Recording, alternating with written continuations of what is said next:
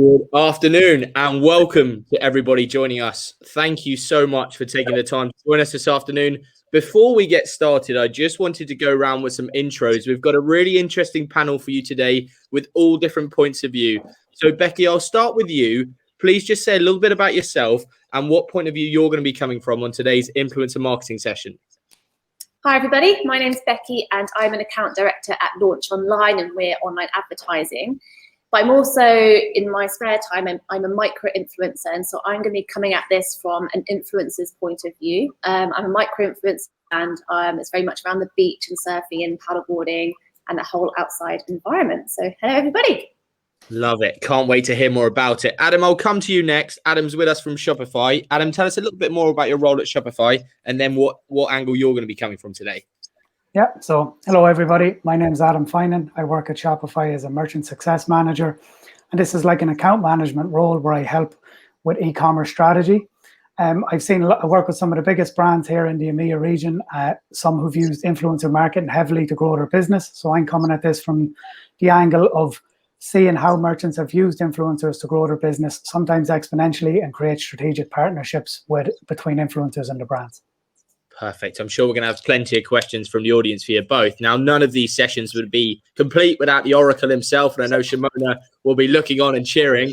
But JD, what angle are you bringing it from? And tell us a little bit more about the Armoury, please. Well, partly as a person who hasn't got the faintest idea what happens on TikTok, I really want to understand how influence actually really add value to a brand's growth and brand's perception. So I'm coming at it from the Armoury.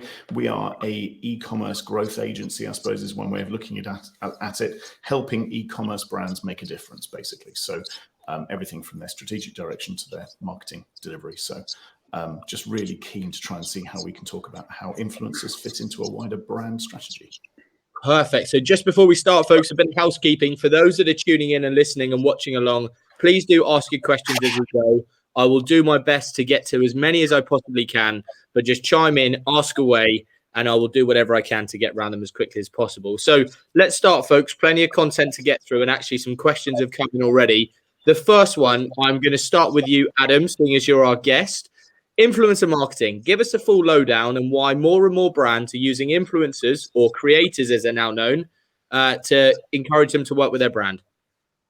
Yeah, so influencer marketing it's become a very popular method for brands to, ultimately you're trying to leverage somebody else's audience. Like, you have a brand, you have a product you're trying to sell. That could be a piece of clothing, or it could be, something that solves a problem, or a food item. And you need to get in front of an audience. And to do this, you're either going to buy traffic, so you're going to pay for ads, Facebook, Google, the typical, platforms, or you're going to try and leverage somebody else's influence. So somebody else who's already gone out, created content and created an audience, and you're going to try and get your products in front of their followers and their customers. And if they're a true influencer, then they should be able to influence the purchasing decision. And that's how I've always seen it. Like, you can have lots of followers and not be able to influence decisions. But a real influencer and ones that are most effective for brands are the ones who can have that influence over somebody's purchasing decisions. Now, Becky, I'm super keen to talk to you about how you see it from the other side of the coin. Yeah, I think that going on what Adam said, picking the right influencer is key, really. I've worked really hard to grow my audience over the last few years, and they're a very engaged audience. I actually meet some people that are following Instagram, and they say it's like talking to a friend. And so that audience is really engaged with me. And so if I do promote a product, they do buy it and they go, well, they know I'm not just doing it for maybe the money or this. They're doing it because they know I would genuinely use the product or endorse the product. So it can be a really cheap way, especially if you're using micro-influencers and minor influencers to get your brand out there. Then it's that increased reach for the brand. It can be a really good tool if done right. Yeah. Very good. And JD, from your side, obviously being in the game a little while and doing a lot of work within the space of e-commerce, influencer marketing seriously has reared its head in the last few years. Why has it become so popular from your point of view? I think let's come back to it. It's not new. So we actually were talking this morning with a brand owner founder that made a very good point that influencer marketing is absolutely not new. It's been around since the dawn of marketing, which is basically ambassador marketing, or the ability to draw celebrities and people to endorse your product. So it's been around a long time. For me, where it sits as part of a strategy is right at that top part of the funnel in terms of consideration and awareness. It's the ability for a creator to imprint their values on a product that they're demonstrating or sharing to their often incredibly engaged audience. So it's trying to make sure that we position the influencer as an authority, and they remain as an authority to their followers and their fans, and remain credible. So for me as a strategist, trying to make sure that the brand is linking with the relevant audience that the influencer is looking to communicate with. Very good. Now, there's thousands of influencers out there, Adam, and there's more and more each day. How does a brand, and how have some of the brands you've worked with gone about selecting the right influencer for their brand?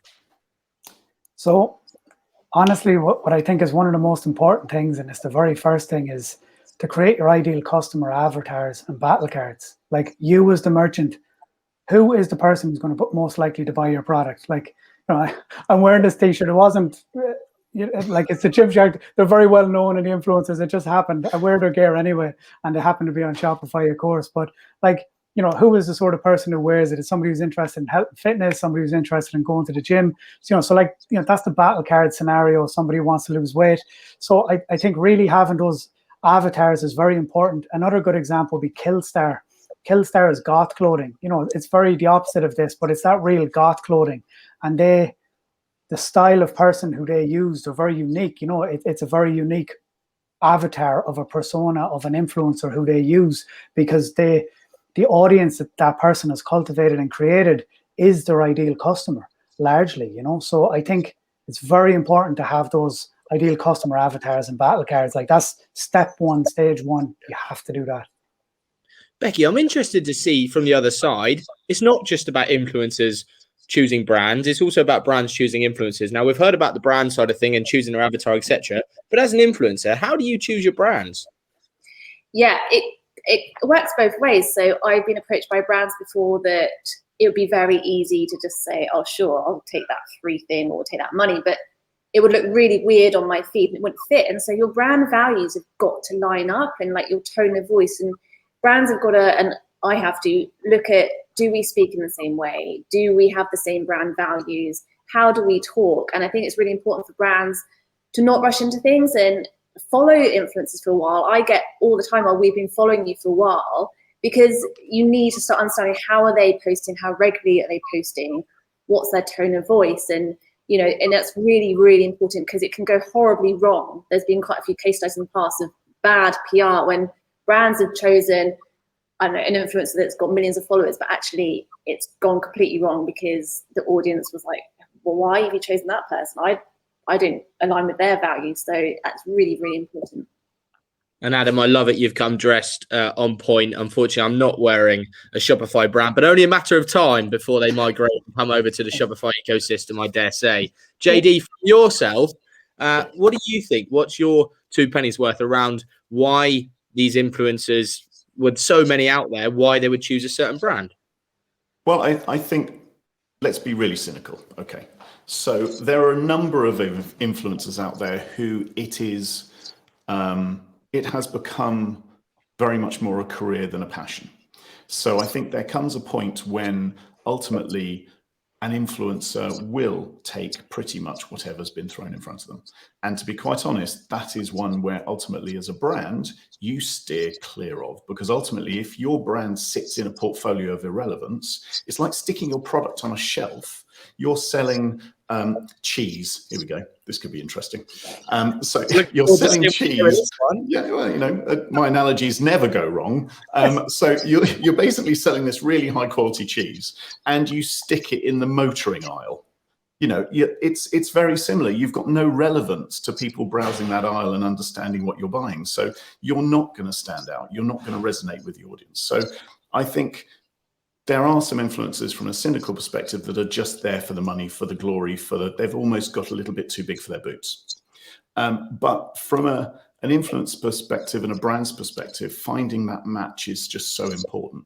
I think for me, an influencer chooses a brand that they feel they can relate to and they actually possibly really enjoy the product, because how can you almost sell it? Because you are.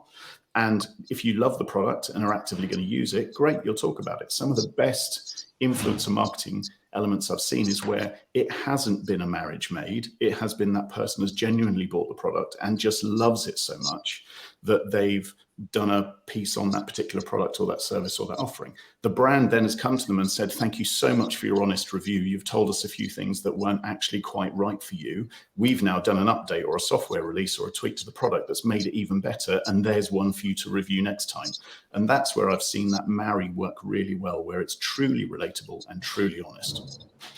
When he was starting with cheese, he didn't know where it was going, but never in doubt, JD. Thank you. Let's come to you. I've got a question in around what should influencers look for when looking to work with brands? So as an influencer, what are the key, maybe 2 or 3 things that you're going to look for to say, you know what, this brand is going to be right for me? Yeah. So one is how they interact with their customers online. So that customer service is really, really important, because if I work for a brand and their customer service is poor, it looks bad on me that I'm endorsing this brand. It's how they talk to their audience. What are their brand values? My Instagram's all about being outside on the beach. Are they looking at that sustainable model? Are they eco-friendly? All that kind of thing. And how big are they again? Like, what's in it for me? Selfishly, it takes time to produce content. It does take hours, and so for me, it's like, well, okay, I'm doing this for you. What can you offer me in return? What's your audience like? And so, who are they connected with? So I sometimes look at who's following them and see how that can benefit me, So yeah, it's a two-way street. Adam, rather selfishly, I'm keen to know more about the stuff you're doing with the rugby guys. Is it just followers they're looking for, or what is it when you're working with brands and they're looking at influencers? Are they just purely looking at a follower metric, or is there much more to it? No, absolutely not. Look, I completely agree with what James is saying there. You can spot these feeds a mile away now, where it's like, it's a fake tan and it's an earring and it's a lingerie set and it's a sports top. It's like, some influencers are just, look, they've got the follower count. They're just making their money now. Whereas other times you'll have brands who want to strategically align with influencers, as you mentioned, that like they're living the lifestyle. So in the case of the rugby players, we were talking there about Simba Sleep. So Simba Sleep is one of the biggest mattress companies in the world, probably, but one of the biggest in the United Kingdom, definitely. And they partner with rugby, sports people basically as their influencers, because sleep is an extremely important part of recovery for sports. So like, it's very online with brand values, you know what I mean? Like, and it's very aligned with, their mantra of sleep and the science of sleep and how it's so important for your recovery and for your health. So like, they're very specific with who's an influencer for their brand, and they've chosen rugby players because rugby is a hard sport, and it's a tough sport, and you need your rest after you play your rugby. So it strikes me a bit of a niching piece. That again, not only for influencers, but if you look at the agency space, those agencies that seem to be niching and focusing seem to be doing much better. And it maybe is fair to say with brands and influencers, if you choose the niche influencer that really actually, they might not have 100,000 followers, but by God, do they know their product and are they actually really hanging their colours to the mast? That seems a much better way of going about it. Oh God, yeah, absolutely. I think, we would generally advocate steering clear of high volume influencers. Now, there's two, that's not necessarily always true, but ultimately there's one thing there that I always come back to, which is, I think Becky talked about it, you're looking for friends. The whole reason for social networks to exist is that you're effectively reaching out and trying to build relationships with people. The minute as an influencer you get to a point where you don't treat your followers as friends and as people who you can relate to, then ultimately you're going to lose engagement. So it doesn't matter how many followers you've got. Followers count is vanity. Engagement of those followers is sanity. It's like turnover and cash flow. So for an influencer, your cash flow is your engagement of your followers. So therefore, if you are being disingenuous, you're posting stuff that's completely bonkers and not really relevant. I saw an influencer post, they're a fashion blogger, basically, and they started, one of the brands they were influencing was talking around was laundry detergent. So yeah, it might be quite relevant, possibly around, oh, I wear this silk dress and look how wonderful my dress looks. I think that on most weekends. But it's trying to, the minute you get to a certain size, you can very easily lose your way. So between 10 and 50,000 followers, I say is where, if as a brand wishing to open and enter this space, you will hopefully find influencers that have an incredibly engaged audience, and they are incredibly engaged with their audience. It's fascinating because when we talk about it now, it is so obvious to see, but previously I haven't really thought about it. But one of our account directors at work, Liv, she has really quickly grown her influencer following. There's about 30,000 followers, but all she talks about is about female empowerment and about, that kind of thing. And actually, she doesn't vary from topics. And I think that's really important, that absolute honesty and vulnerability seems to be really striking a chord with people, that these are just real people just documenting their lives.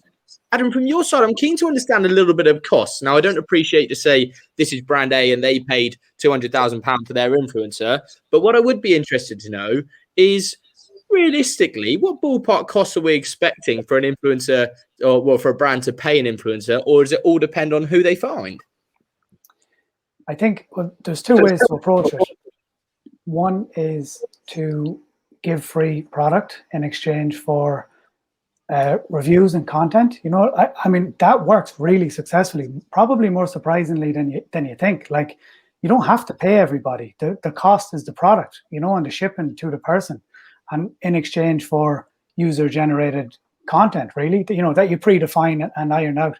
And some people are more than happy to have that. Like, you know, and I've seen that work very effectively for brands. And then on the flip side, kind of nano influencers, you know, up to 10,000. I mean, it can be about up to £100 a post. Everybody's different because people value their audience differently. So there's no one size fits all. But, you know, kind of up to 10,000 is like £100 to £200, 10,000 to 100,000, anywhere from 150 to 500. And then from the 100,000 to 500,000, you know, that's when you're starting to get into probably a couple of thousand per post.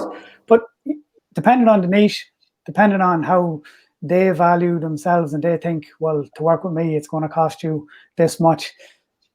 There's no one size fits all, but kind of general benchmarks is you know, from using these influencer platforms. There's a good tool, actually. It's called inspire.me. So inspire, like it's spelled funnily. That was good, isn't it?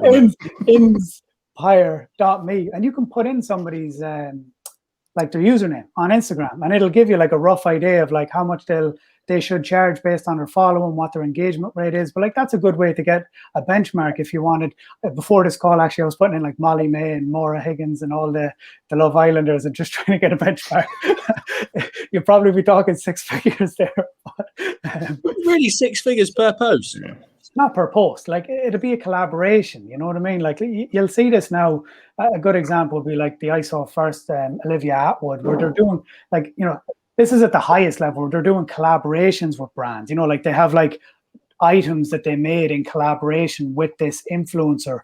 And, you know, it's almost like an influencer edit of their clothing, you know, and like that's the highest end, I would imagine, of influencer marketing. But when we're talking smaller influencers, free gear, you know, and you'll get anywhere up to 100,000 followers for, you know, 500 and under from what I've seen. Adam, someone's just asked, what's the link again? Can you try and yeah, I'll put it in the chat. Yeah, sorry. Oh, lovely. Can they see the chat? Yeah. I don't know. If you put it in the private chat, I'll read it out, and then everyone can get it. Here we are. So the link is Inspire, INZPIRE.me. So that's no affiliation. PIRE.me. And just a reminder that Adam has no affiliation. /Finan. It's just a cool, affiliate discount. Oh yeah, I should have had an affiliate link. Very good. I hope that's helped. Becky, interested to pick up from your side of things. Obviously, again, not expecting you to share your rate card, etc. But Adam's on the right lines there, or actually you come at it from a slightly different angle? Yeah, it's so I look at brands as partners. So a lot of the stuff that I receive is gifted, and like James touched on earlier, I tend to buy a product that I really like, and then the brands start watching me, and I've got 2 companies that I'm now an ambassador for because I bought their stuff, really like it, and they said, Becky, we love your content, can we send you some of our new pieces for the collection? And we have a proper working relationship now. It's that twofold. And I'm working on something at the moment, which is a paid activity. And the reason it's paid is because it's a product I'm really passionate about, but it's quite hard to get the message across. And so I'm spending a lot of time creating video content in the background. It's a 3-month project. I'm editing it, I'm adding the music, and it takes a lot of my time. So for that, I do want to be paid because it's taking a lot of my spare time at the weekend. So it depends on the company, what they're offering, how much they want. Is it just one post and story? Is it a 3-month project of a video? You know, videos take so much more time, or reels and stories. So each is different, but I don't want to do a one-off ad. I want to work with a company and build that partnership. And also, it's not always brands that contact me. It's PR agencies, influence agencies. So sometimes I get PR agencies working on behalf of brands, and then I'll be on the PR agency's books. And then so if they've got another relevant company, they can be in touch with me. So it takes a lot of time producing content. It's not a matter of, oh, I'm on the beach, I'll take a photo of myself. It is more work to get that ideal content. Getting up at 5 a.m. so the beach is clear of people in the background. You know, so I want to build relationships that last, so it's more beneficial. Just quickly, Segiola, yes, that's right. It's inzpire.me. That is the correct link, and you can see what you need to on there. JD, I'm going to come to you next, and I've got a question come in around getting the most out of your influencer relationship, aside from just product placement. Now, thinking laterally, we've talked about ongoing collaborations and perhaps a style of clothing that's steered towards you, or perhaps a brand of perfume, etc. What else do you think that brands could do to really utilize and get that ROI from their investment in an influencer? Absolutely. So, you know, this is quite a lot of the work that we did at Joules, for example. So I was one of the board directors at Joules for a good 3.5 years. And one of the key elements we looked to do was build a long-term commitment with that partner, that creator. And I think the term you mentioned earlier, rather than being an influencer, being a creator, I think is a very important one. So as an example, we worked with a gentleman called Valentine Warner, who is a well-known chef who specializes in making really kind of country-based food. You know, whether that's through venison or various different kind of game product as well. That was his kind of thing. And we discussed with him in terms of how, for Joules as a business, it's a lifestyle brand. You know, it has a heritage in the country, you know, born in the great British countryside. And so therefore, would he relate to our users, our core customer base? Absolutely. And he was all about inspiring the use of produce and elements from the season. So again, it gave us the ability to say, okay, let's do a blog post with him. Let's actually do some social activity with him. Let's look and see whether we could actually do a competition with him where ultimately people would come for a day and actually he would teach them how to cook with various different ingredients. So it was almost a money can't buy experience. So what we're doing there is actually building a really solid basis of content we can seed across various different channels via email, on blog, on socials, for example. And that is my premise to continue. So we're working with a brand at the moment, a greenhouses brand, who we haven't gone through and set up this relationship, but ultimately they again have found someone that is on the food side that comes from the River Cottage kitchen originally, and he is using the greenhouse to grow produce, and we're doing, you know, quarterly photo shoots, we're doing regular monthly blog content, and who knows, we may even create a calendar at the end of the year for customers to go, there we go, there's an amazing piece of content for you to have. It's about building a long-term vision rather than here's a 3-month campaign. If they're really core to your business and their users are incredibly core to you, then try and build a long-term 12-month relationship, something through the seasons, something for Christmas, something for those kind of periods, because it will continue that relationship and build that kind of weld between their users and yours. Adam, from your side, what have you seen your brands doing that you're working with to really maximize the ROI they're getting from their influencers? Yeah, one of the big things is like they think about them a lot, like Becky's saying, like, you know, they're brand partners, but they're very much content creators. Like they rely on them heavily to create unique and new content for their social media channels, for their content. One other thing I've seen them do that seems to work quite well is like incentivize them through a referral program. It kind of depends on the price of the product. Like, you know, if you're selling $50 average order value product and your commission's 5%, it's not really in their best interest. But if you're selling a £800 mattress and you give a 20% affiliate referral, then all of a sudden it's worth a couple of £100 every time that person sends you a customer. So I think if it's aligned with the sort of product that you're selling, whereby you have a decent referral program, to try and, you need to sell it to the influencer, I think, in a way, because a lot of influencers want to get paid for the content that they're creating, which they should be, and for promoting your brand. But then for them to be incentivized to continue to do that, there needs to be either a partnership whereby you have them on a retainer or some form of affiliate referral commission. I've seen this work ridiculously well for actually it's an adult brand, let's just put it that way, a female adult brand based in Spain, and they couldn't believe it. I'm not even joking. It went from I can't give exact numbers. They more than tripled their revenue just because of one influencer, just over a couple of month period, because they incentivized the influencer through affiliate links and gave them a good commission. And everybody was blown away by how well it worked. And it was that was one YouTube influencer helping to promote a basically female adult product, and it just blew them out of the water. So it's incentivize them ultimately to come back to the main question. I think one other little thing I've seen people do as well, just to add, is when you're working with micro influencers, actually giving them some budget to amplify their own content. So not necessarily in your ad account. So let's say, you're working with Becky, you would give her money to put into her ads so that she can amplify, because Facebook knows the lookalike audiences for her. And, maybe you need to coach the influencer on this, because maybe they don't know about that sort of stuff, directly. They create content, but they don't necessarily run ads. And that's a real win-win. And I've seen that work extremely well for some brands, just kind of paying a little bit to amplify it on the influencer side. It's really interesting, actually. A good friend of mine, Kieran Shah, is currently writing a dissertation on the success factors of influencer marketing. And I know Kieran's tuning in, and so it'd be really great if you could share that. And I know a couple of people in the comments have been asking today if you could share that. So please do, and we'll make sure to circulate it around today's audience. But it'd be interesting to see your findings. Becky, coming to you just quickly, Segiola, I hope that link has now worked for you. I've just sent you the link, and I see you've just posted, so that's great. So Becky, coming back to you, in terms of platforms, I'm interested because many people see influencer marketing and maybe just associate with Instagram. But of course, as James touched upon earlier, with blogs, with email, etc., there's so many other channels. With the stuff you're doing, do you typically just work with brands on Insta, or do you go cross-channel? So it's mainly Instagram. I've also got a blog. I did get a TikTok account, but I'm not quite down with the kids yet. I'm still trying to work it out. But I just spent hours looking at funny dog videos on TikTok. Yeah.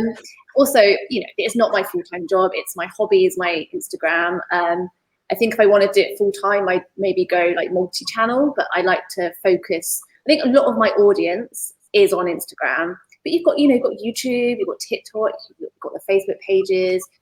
So there's so many different channels that influencers are on. I think brands just have to look at who are my audience, are they on a particular channel, are they across channels, and just work out that way and get a plan. I think a plan for an Instagram for an influencer is really, really, really, from my point of view, if I get a proper plan and a brief and their objectives and their timeline, it really helps me produce the best content I can.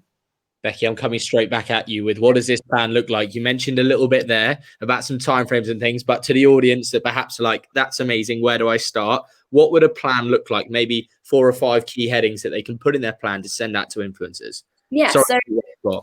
Yeah, no, it's fine. So I'm working on it at the moment. And so first the approach is saying, do you like the brand? Would you be interested? Research. And I was like, that sounds great.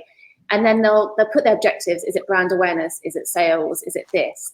And then a time frame of, okay, we want the content to produce the week of the 18th of July to be published on the 9th of September. To give me a time frame to get the content to them, to get signed off by the client or PR agency. And then, what links do they want me to use? Do they want me to tag Instagram, shopping ads? What exactly do they want me to do? How long if I'm doing a video, how long do they want the video to be?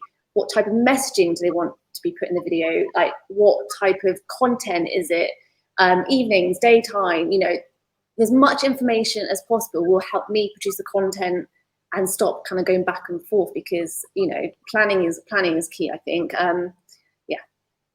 Yeah, really interesting. It's so fascinating to see just how much work goes into this. I just see some celebrities talking about a product, and I see them like reading off a script. That's how hard could it be? But actually, there's massive amounts of work that goes into this. It's like planning a TV campaign. It's like planning a through-the-line TV campaign where you've got, different placements, you've got different stings, you've got different lengths of ads, you've got which audience is this playing to, which channel do you choose? Do you do Sky Ad Smart? Do you do it is as complex. You've got to think of it as an above-the-line media campaign, because it takes as much planning, as much detail. And if you are a lazy marketeer who writes a 2-line brief, then you're not going to get the best out of your influencer. You really aren't.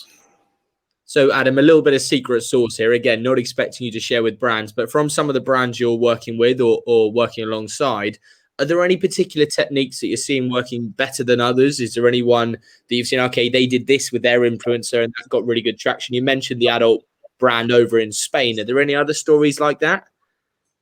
I mean, the channels that I see most used, let's say, are, Instagram and YouTube. Those seem to be the two most predominant ones, at least in the portfolio of merchants that I've worked with.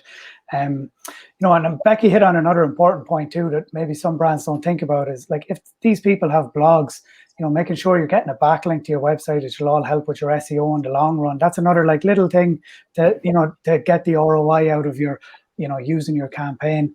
Any other secret sauce? I think one of the main secret ones that most people don't use is that amplification of the influencer's content. Like it's used very rarely, and having a referral link for the person. Like those are the two, the bread and butter. I see it time and time again. It works very well. Becky's on point there with the briefs, having very specific briefs. And then that comes back to the very start of the conversation, which was the customer avatars and knowing who are the customers, and is this just brand awareness, or are we trying to really push a sale? I mean, a brand who seem to be very good at this are a Lounge Underwear here in the UK. They are just, talk about a military coordinated effort with influencers when they do campaigns. It is just everywhere, and I mean so they're somebody to watch. I just think they're just so good. And sometimes then what happens is these big brands, let's say Gymshark or Lounge, they get so big and popular that people are creating content and tagging them because they only wish that there were influencers for them. You know what I mean? And it's it almost is a reversal of it's everybody wants to work with Gymshark and everybody wants to work with Lounge Underwear. So, all of a sudden, just the amplification just gets absolutely crazy. But I think they're they're just a very good example of influencer marketing, broad spectrum, cross multiple channels, done effectively, like a military campaign in advance. I think it's brilliant. Very good. Segiola, thank you for sharing the link that you've just put in the chat around the Twitter accounts. For anyone that's looking to see the kind of Twitter money calculator versus Insta, look at influencermarketinghub.com/Twitter-money-calculator. I do hope, Segiola, that's a genuine link because I've just shouted it out. I'm sure it is. Check it out and hopefully you can see some pricing on there.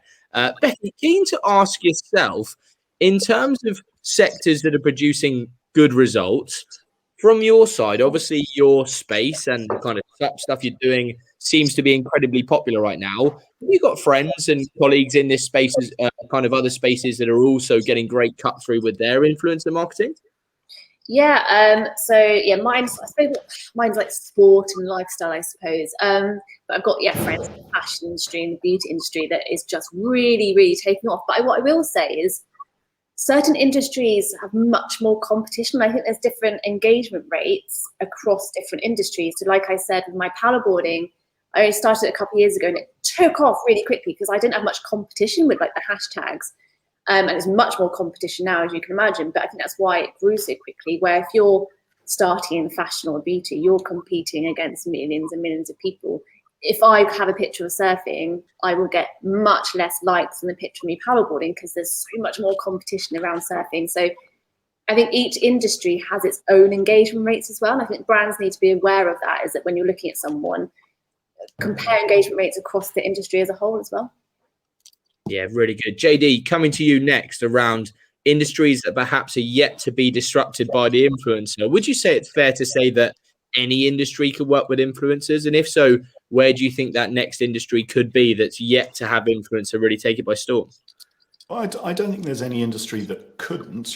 Take Adam's point. Who would have thought that the Spanish brand he mentioned would be using influencers in that fashion? There's absolutely a way of tailoring it. I think it just comes back to the relevancy and whether in fact there is an audience in that space, and do they use that as an engagement place. So we're seeing a real resurgence in video as the main premise. If you look at Instagram have actively said that we are moving away from being a photographic platform to being a video-based platform. For influencers using Instagram as a primary platform, my God, that's just going to rocket the ability to engage with that audience in a much more meaningful way. But it does mean from a craft, those influencers, those creators, you will very quickly start to find those that are able to craft to create a craft of being able to do video well. I think property, could be a really interesting one, because I've seen over lockdown people doing viewings of property via social. We've seen estate agents go out and actually, it's almost a through the keyhole kind of scenario. Who would live in a house like this? It's kind of, I think there are some industries where the use of it could be very, very cleverly done and open up really wide markets for people that wouldn't necessarily be able to see the product or see the environment. Yeah, interesting. Adam, I'm going to come to you next. And just in terms of, does this mean brands should be looking for a mix of bigger influencers and micro influencers? Of course, some brands might just go straight for the top. Some might just work for micro influencers. Is it right to get a blend of both? Or is there a kind of proven track record to say, you know what, if you can afford it, go big. But if you can't afford it, just stay little? No, I would never say go big. Like, do the mix of micro and ads. Like, if you're doing under $1 million a year, mix it with micro influencers and ads, like double down on your Facebook ads, double down on, I'm a huge advocate for YouTube ads. I think it's massively underutilized, especially here in the UK, YouTube ads for top of funnel brand awareness campaigns. Like, because people don't notice, like, you can run ads over your favorite influencers' videos. You can pre-roll your favorite YouTuber without paying the YouTuber. You know what I mean? Like, if that YouTuber allows ads. So like, you can literally pick to the video, never mind just the influencer. So you could run on Adam's Gymshark channel, right? I'm in the gym lifting weights. It's not a real channel, but I'm just saying, like, you could run ads over my videos without paying me directly, and you can do brand awareness that way. So like, I think a hybrid approach is the best way to do it, especially if you're not big. But very few brands go all in on the big influencers, because a lot of big influencers end up launching their own brands anyway. But yeah, I definitely think smaller initially, definitely, until you're at least at a couple of million a year. Becky, coming from a micro influencer, I mean, it sounds like really disparaging, but it's not, is it? Like, that is a nice, affectionate term. Micro influencer is something that's really catching on, and as Adam said earlier, kind of 15 to maybe 100,000 fits that camp. Would you say, again, blend, or actually just focus on micros and ads? What side of the coin do you sit? Yeah, I think that from what I'm seeing, I think micro influencers have the higher engagement rate. I think micro influencers is about 5%, where the massive ones, I think they have about 1%. So you're getting more money for, you're going to be spending a huge amount of money to get a massive influencer to do a post for you. As we said, the smaller ones might even do it for free. So I think micro influencers, nano influencers really go for them. And as Adam said, put paid money behind it. So the campaign I'm working on in the background at the moment, they're going to give me some money to, advertise the posts I'm doing to help them reach. So don't just do this one-stop shop of, like, they've done that now. Like, share it across the channels. What else can you do? And just, really make the most of it. JD, coming at you for your 7 pillars of e-com that we talk about a lot, where does influencer fit into this? Where do you tend to talk with clients about influencer marketing and whether there's an opportunity for them? It's interesting because it sits across a number of pillars, whether it's voice of the customer in terms of understanding who your audience is. You can actually use influencers to really see whether in fact you can find an audience that you may not have necessarily believed that it would, grab onto you as a brand and kind of nurture it. It sits in the customer acquisition sector, but much more from that brand and consideration sector. In my personal opinion, there are definitely ways of using influencers. The affiliate links, for example, lots of affiliates and bloggers use, lots of influencers and bloggers use affiliate networks like Reward Style or Our Style Me, which is the same thing, to generate traffic to other brands and gain revenue off every sale, for example. So it sits in a number of different pillars. It can also sit in trading mentality, where you're trying to move through a product or start to gain traction on a new product into the market by building some buzz or some kind of impact around that particular product. And lastly, it can sit really, really well with customer retention, because if you look at influencers as a mechanism of selling, and let's look at what Shopify have done over the last 12 months in terms of linking commercially the ability to push product and drive conversions within those platforms, Facebook, Instagram, etc., and TikTok, likewise, and Pinterest. Yep. You can really now convert. An influencer can start to look at converting sales in their own space. So, that for me is a really interesting one. So it fits into a number of pillars. Very good. Adam, I'm going to come to you next, because we touched upon their affiliate marketing. And I know that when you have a moment of spare time and you're not doing all your stuff with Shopify or representing Gymshark as you are today, you also have your own affiliate marketing program. I'd be keen to understand a little bit more from your side about that. Yeah, so I'm a nerd, ultimately, you know what I mean? I'm into software. I love SEO. I've been big into SEO for years. I'm in SEMrush, I'm in Ahrefs. I love playing around with different softwares, like obviously Shopify, and then there's other, later for scheduling. I don't know, I love software. I love the technology side of things. So I like to review these things. But, as James hit on earlier, so many industries have influencers. There's podcasts are influencers now. Nobody used to listen to a podcast 5 years ago. Nobody. Very rarely. Now there's so many podcasts, and even influencers have created their own podcasts. And so, I think it's the affiliate side of thing is useful for the influencers to really learn and educate themselves on. I think if you're an influencer and you're listening to this, it's maybe you aren't aware of what affiliate marketing is, and you've never learned about it other than some guy shouting at you on YouTube telling you you're going to make £1 million tonight if you download his course. Step away from that, you know what I mean? And step Absolutely. into, because that's the problem with internet marketing is marketers ruin everything, don't they? So, but on the flip side, that's Becky and me out the door. I'm sorry, mate. No, I thought you know what I mean. Internet marketers. Yeah, that's still me.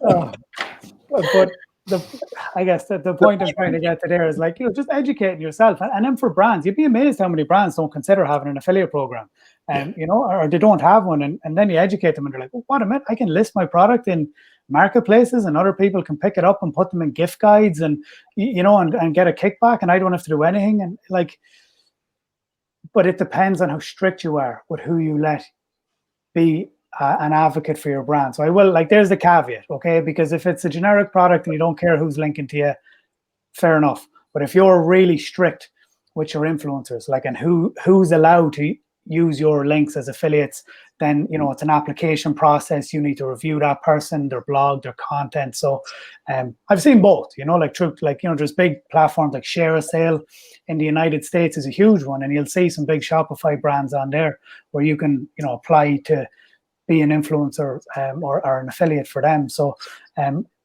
who's the other one? Awin, I think in the UK is a big one. In the UK, Awin, which is like ASOS. If you want to be a blogger and you want to put ASOS reviews or whatever on your website, and that's what you would sign up through Awin. So there's the marketplace approach, or there's the individual merchant has their own affiliate program.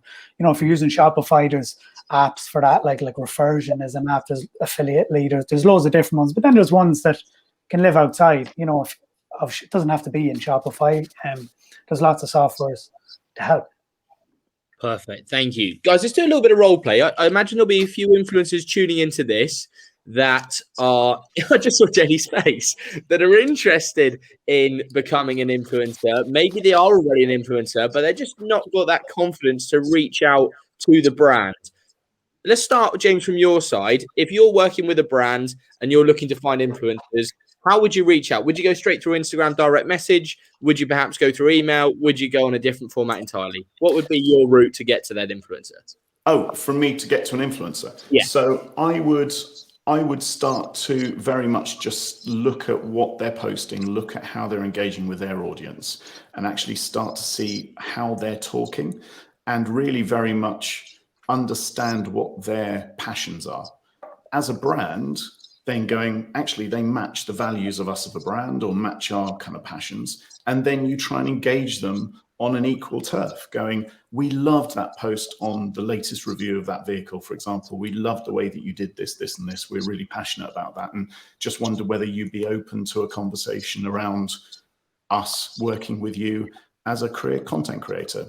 Let us know whether that's of interest, and then we can open up a call, have a conversation, and then try and find out, is there a match? Because ultimately, the worst thing you can do is send hundreds of links out and go, guys, we're going to send you a product, just send us an address, and there you go.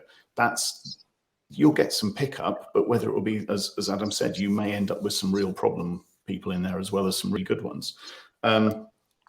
It's about, when you're buying a car, would you actually try and you buy from someone you like? You go to a car salesman who you despise. Are you likely to buy a car from them? No. So you have to build that rapport and build that relationship. It's really, really important. And Becky, from your side, influencer to brand, how would you reach out to brand? If you just said to me, okay, I really want to work with Patagonia, whoever it's going to be, how on earth are you going to get in front of them? Is it just going through the contact form on the site? Is it finding a head of marketing on LinkedIn and connecting and reaching out? How would you go about that? Yeah, I haven't actually reached out to brands before. They've always come to me. Must be so good. No, but I think that if I wanted to work with a brand, I would work really hard. I'd buy their product first. I would wear their stuff. I'd show their stuff. I'd work really hard to prove that I do really like the brand. I think then usually the brand will come to you, and that is what's happened with me before. I've really pushed a brand I love, wear it. I've gotten this free content that they can repost, and they've gone, oh, Becky, we'd love to work with you further. So I think that if I wanted to work with a brand, I'd work hard at the beginning. I'm about to try and approach brands because I'm going to be paddling from the Scilly Isles to Cornwall to raise money for cancer research, and I need lots of kit for that trip. Which would be really expensive, and it's for a charity, so I'm going to be asking for kit to be donated that they can have back again. But if people have got racing boards and stuff, and I will be approaching brands and saying, like, why do I want it? What's in it for them? Just be really honest. Like, I want some free stuff, isn't it going to work? It's like, well, what's in it for the brand? Why? What's beneficial to them? You using their stuff? How are they going to benefit from it? Folks, questions come in around, is this the future of e-commerce? And I want to do this in a round robin discussion because I think you can each add some input here. We'll start with you, Adam. Do you think that influencer marketing could be the future of e-commerce? James mentioned about the tie-up between social commerce and influencer marketing and how now you can go straight from seeing a product to, oh, I love that dress. You can then go and purchase it there and then. Is this a future? I mean, I think it's part of the process of commerce online. Like, ultimately, commerce is omni-channel now, right? So, like, I work at Shopify. Shopify are working really hard to integrate all of these platforms with Shopify platform to make it easy. So, like, you touched on, there's a TikTok integration, Pinterest integration, Facebook shop integration, Instagram. So, like, you'll be on Instagram and you can click on a picture, click on the product, click your one-click checkout, and your job done. It's on its way to you with your saved information. Like, I think about where we were even only a couple of years ago. That wasn't it. You were pulling out your card and it was a lot of messing around. So commerce online has gotten a lot smoother. YouTube, I believe, just announced a load of stuff around their own retail offering. It's now coming to your TV. I seen ITV recently did something whereby, you'll be watching Netflix soon enough, I imagine, and you'll be able to shop the things that people are watching. Like, I'm not joking. Like, that's very much, commerce is going to be everywhere soon. But where I see the biggest jump, let's say in the next 2 years, is live video shopping. Like, that is, to me, the biggest. That's where the influencers are going to have the most impact, where they're going to be the most needed, because they're almost going to be that's the wrong word, but like, they're going to be needed as entertainment, like almost like entertainment. So there's a software called Bambooser, BAMBUSER.com. It's very good for that. Once again, no affiliation. It's just really good. Like, you go to that and you'll see examples of how people are doing this now. But this is the next thing. You'll see it, like the influencers set up their live and they're doing a try on, and you'll be able to just shop it in like there'll be links, and it's like that's it, like that's next. That's the next stage. So the influencers who can create that engagement and retain it will be the ones who thrive in the coming years, I believe. And JD, I know you and the team at the Armoury have been looking into this kind of live shopping piece. Again, going to agree with Adam. Anything to add to that? It's one of the reasons we have this space. Me with my penchant for watching YouTube videos and buying ridiculous amounts of equipment is part of also the problem. So I'm a big glutton for influencer marketing. I think influencer marketing, or let's rephrase this, content marketing, it is part of a content marketing strategy. So I definitely see live streaming and live shopping being a massive piece for the future. BAM user is absolutely one. Spocky is another one that we've been talking to very recently because we've got a couple of potential clients that want to use that. But also the one thing I think we need to look at how it works for the user. So I think it will be huge. And I'm probably making this number up, but I've definitely read it somewhere. 500 million people a week buy via live shopping in China. Oh yeah. It is ridiculous. There are little booths with a young girl or a gentleman standing in there selling products, and there's just 30 of these booths down a run of a warehouse, and they are literally all streaming and live streaming into the platform. I think it's a massive thing, but the one thing we're just going to have to be very careful of is how we don't disrupt that user in the space they're comfortable with. I talk about it a lot. So the one thing that Shopify is helping enable, and whether the social platforms make this really possible, is being able to watch the stream and buy from the stream and not leave the stream. Mm-hmm. And that for me is going to be the future of how we allow people to build their own little mini QVC or ID World channel for their brand and massively engage with that community.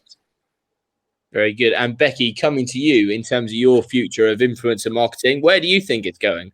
Oh, I think it's going to be huge. I think it's that frictionless experience, isn't it, for the user? They watch a live shopping, or even I did a video ad in lockdown. I got sent some new summer season kit from the ambassador from the company I work with. I did this little live catwalk show in the living room in lockdown and put the new kit on, and it really engaged people. People were laughing and they bought it. And I think that you're seeing it on a real person, not a model. And I think that is key. And Silk Thread do this really, really well. They get their staff to try on the clothes. They're always doing lives, and I buy so much stuff from them because I'm watching a normal person wear their clothes in this live shopping experience, and it's quick, it's easy. Watch, bam, buy, done. And it's amazing. So I think it's going to be a huge part of your that omni-channel strategy, and I think brands need to really start getting on board with it. And you can be so creative. You can be influencers can be so creative with this. I'm going to do one when we hit autumn with, autumn kit for paddleboarding, and do a little, show on okay, this is my dry trousers, this is my kag, this is what I do, and it's helpful. If it's helpful for the person, then it's going to be massive and it's going to do really well. Very good. Guys, I'd like to play a little game of tool or software bingo, if you don't mind, where essentially we've mentioned a couple of tools and softwares that people should look at. Inspire, not me, funny spelling of inspire, but you get it in the comments. There's been Bambuser, there's been a couple of others. For you three here with us today, and for those in the audience, please chime in with yours as well. Are there any other softwares or platforms that people should look at, whether you be from a brand or an influencer, that you think could be really helpful? I use a preview app. I use preview app to help schedule my posts and make my feed look consistent. And it has these hashtags in there. You can research hashtags and just make your feed look pretty, and also schedule from it, because as it's just a part-time thing, I can schedule so it goes out automatically in the morning, so don't need to worry about it. So I find that really handy to help manage my content.